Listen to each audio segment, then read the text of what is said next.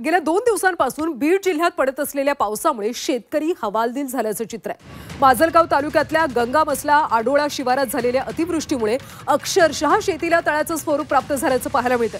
या पावसानं सोयाबीन पिकाचं मोठं नुकसान झालंय। संकटात असलेल्या शेतकऱ्याला आधी वेगवेगळे निकष लावत डावलण्यात आलं होतं, त्याप्रमाणे आता शेतकऱ्याला पीक विमा मिळत नाहीये, त्यामुळे शेतकऱ्यांनी एक प्रकारे संताप व्यक्त केला। एकंदरीतच शेतकऱ्याला मातीत घालण्याचं सरकारचं धोरण आहे, अशी संतप्त प्रतिक्रिया शेतकऱ्यांनी दिली आहे।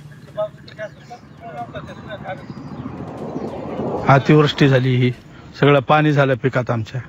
हो, आणि विम्याची जी आजपर्यंत भेटण्याची होती, विम्यामध्ये वारंवार म्हणजे कसा विमा शेतकऱ्याला भेटल किंवा जे नुकसानीचे जे स्ट्रेगर आहेत ते कसे वाढविता येतील, कशा पद्धतीचे नुकसान त्या स्ट्रेगरमध्ये बसविता येतील, वाढ करण्यापेक्षा कमी करून शेतकऱ्याला विमा कसा नाही भेटत, या पद्धतीनं ह्या सरकारनं जसं कर्जमाफीला येलो लिस्ट, ग्रीन लिस्ट अशा जे लिस्ट लावल्या चाळण्या, जसं संचा लावायचे शेतकऱ्याच्या मालाला आडते, त्या पद्धतीनं अशा चाळण्या लावल्या। आता तर सगळ्या चाळण्या काढून टाकल्या, म्हणजे शेतकऱ्याचा माल बी नाही, शेतकरी बी सगळा गाळ झाला पाहिजे।